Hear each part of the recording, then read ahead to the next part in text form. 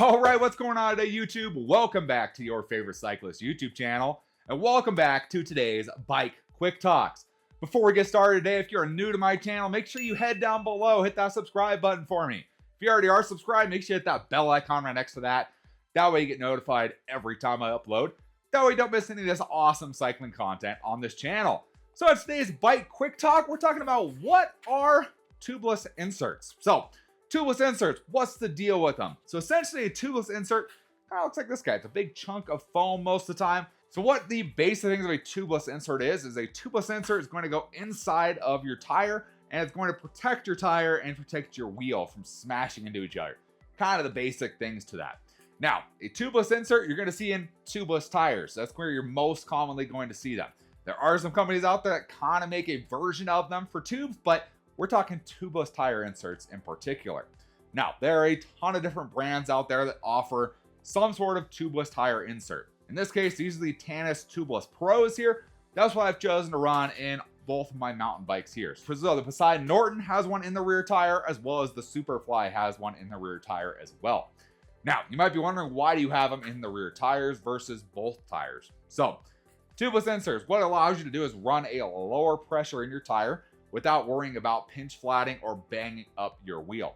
So with my bikes are hardtails. Most of my weight on my hardtail kind of goes towards the rear of the bike, and that's what's going to get hit the hardest, is the rear of the bike. So that's why I personally run them in the rear tire only, is this the tire that's getting hit the most. My front tire, I kind of want them to have a little bit more of a roll to them, a little bit better feel to them. So I like to keep those just standard tubeless with no insert in them. Versus the rear, I'm more focused about not smashing my rim on something running a lower pressure than you would normally be able to run. Now, some people ask, do they weigh a whole bunch? Yeah, they weigh a little bit more than just nothing, obviously. You know, they're foam, they're not heavy.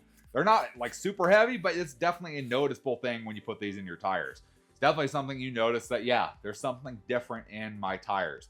Not only in the weight feeling, but there's something solid in my tire. In the case of the Tannis Tubeless Pros here, yeah, you get this big chunk of foam in there that really is doing a solid job of supporting the sidewalls of the tire. So it makes your tire perform a little bit differently than with nothing in there at all. It supports these sidewalls right here, helps it corner, and it gives you the different feeling. I would like to say helps, but it's different feeling for everybody.